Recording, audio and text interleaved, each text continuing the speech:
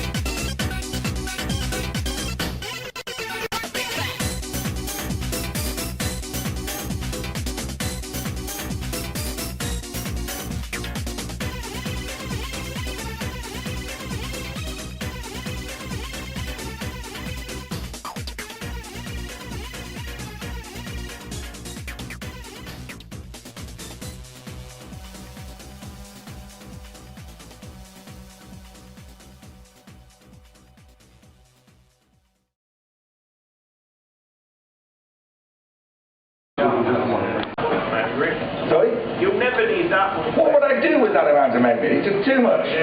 So each month I would wait for the magazines coming out. I was desperate for the floppy disks, the 720k of shareware and freeware that was on the front of this magazine. And I bought all the magazines. And I just could not get enough of this. And then of course they started to release a second floppy disk which had demos on it and examples of games that were about to be released. I wanted all of this, and I wanted more.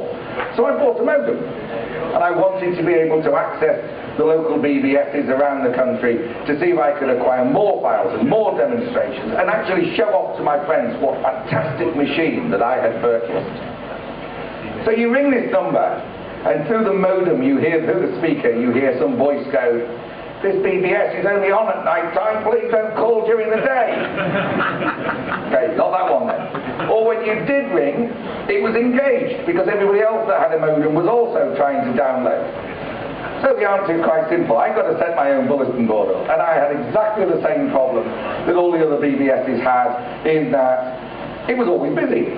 And everybody would be complaining that I can never get on because it's busy. So you buy a second modem, and you buy a third modem. And before long, people are actually calling not just to download files, but to actually chat between modem and modem, and actually share what's going on. And you would join in a sit-off a conversation where you would hear one guy in Essex talking to another guy in Gloucester about how about you put your Amiga in the back of your car and you drive for 3.5 hours so that the two of us can play a game against each other for an hour in my house. We're nutters. We're all nutters. It was such fun. So it's 4 modems, it's 5 modems. Now I've got a problem, how do you get more serial ports into an Amiga? You need multiple Amigas. And of course I've got the same problem that I have a single floppy disk drive that's always got the wrong floppy disk in for the caller that's coming. So you end up going out and buying a 6-platter CD-ROM and having to find a way of burning onto this all the floppy disks.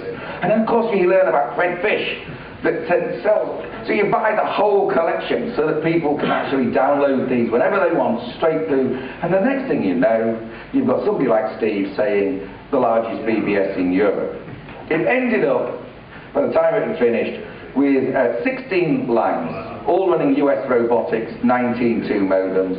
It became the FidoNet distribution for mail in the UK. It had 2 of these 6-platter CD-ROMs, and it ended up with 36 terabytes of hard disk space. Now, when you get that amount of hard disk space, I used to go into dumpsters in the city and take Winchester 40 meg drives out of a skip, take it back, try and add it to the SCSI network that I had created, trying to find a way of terminating it in a way that would actually, you know, that the Amiga would be happy with, that would still work for the drive. And then when you switch the thing on, you find that half the sectors were damaged, which was why it was in the skip in the first place. So you've only got 20 megs on this one, and you've got another one stacked on top of that that's got 30 megs, and another one was nearly 40 megs, and you start building these up. You didn't need radiators in my house. The heat from the Amiga itself was enough to actually keep the place warm. But today, we are here to celebrate Amiga 30. There isn't a Macintosh 30. There isn't a PC 30. There's an Amiga 30. It's just a piece of hardware, isn't it? It's just a computer, just like a Mac, and just like a PC. But it isn't. And it never was. It never will be. Amiga was about community. It was about passion. It was about a group of people that were actually thrilled to show their friends this piece of kit. I don't have people come around my house so I can show them my PC. Who wants to go and see somebody's PC? It doesn't happen. But to show off your Amiga was something special. And yes, we would drive hundreds of miles with the Amiga in the boot so that we could actually link up, spend 3 hours setting it up, so that we could play for 10 minutes against this person we just met through a BBS or through a magazine. It was about community. It's always been about community, and as a result, the Amiga is one of those machines that is never going to die. Sadly, BBSs did die, because along came the internet and actually meant that instead of having to pay ridiculous amounts on a 14.4 or a 28K modem, you can now have a 2 meg connection straight onto the internet and exchange mail, exchange files. So BBSs saw their day as FidoNet died, as Usenet started to dwindle, and everything became internet and email. The use for BBSs started to dwindle. And of course the files, suddenly you could buy a hard drive yourself, a 3.5 inch, maybe £800 for 40 megs, but you could buy it. So people started to have hard drives in their machines and started to be able to store their own files up, and therefore we saw the end of the BBSs. I reckon, and when Steve invited me to come along and do this, I thought, I'm going to do a maths in my head. How much money did I spend on Amigas over the years? Because I did have, in the end, 3 500s I had 1,000, my first one that I'd never let go of, a couple of 2,000s. I had all this kit.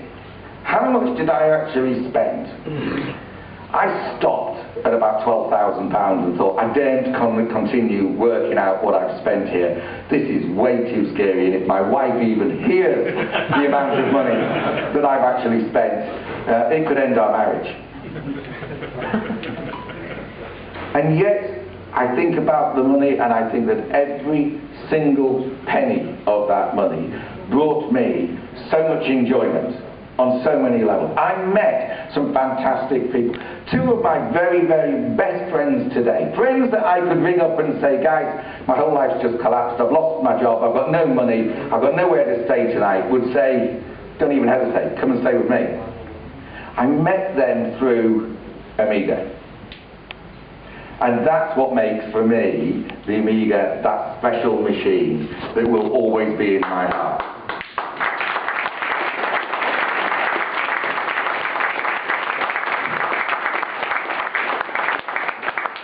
I thank you for that. But what I need to say, and this is, there's going to be some VIPs. We're wearing VIP bands.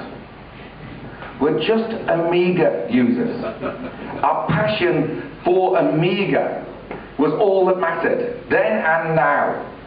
We're not VIPs, we're just Amiga users that were a little bit more mad than the rest of you. And actually wanted to take it to the next level. I was very lucky. I actually was able, because I was in there day one, because I invested and made so many friends, and because I invested so much money and needed to recover some of it, I was forced to actually go into business with desktop publishing, and I got paid for the FidoNet and the rest of it. I was able at 35 just to say enough, quit, and actually start doing something that I wanted to do with my life. Steve found me because today I run one of the largest homeless centres in London, taking care of people on the streets. I mean,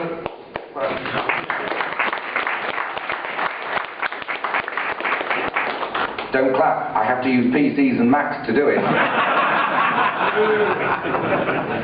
It's my passion today, but it was only possible because of the days that I was in with Amiga and was able to actually not only enjoy it, but to actually make a living from this fantastic machine. Now, anybody got any questions?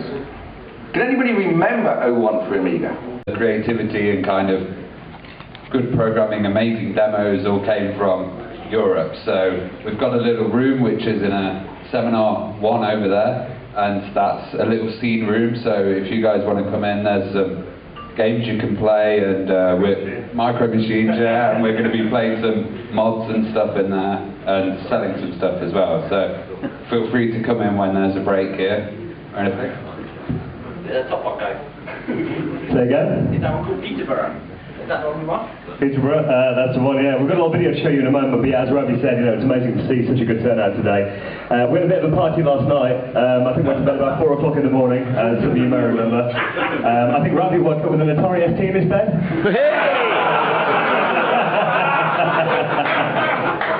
So we've got a little video to show you, but yeah, anyone that wants to come see us later on, we've got a little room down there. I challenge anyone to a Micro Machines tournament. I always win. We've got a little video that might bring back a few memories here.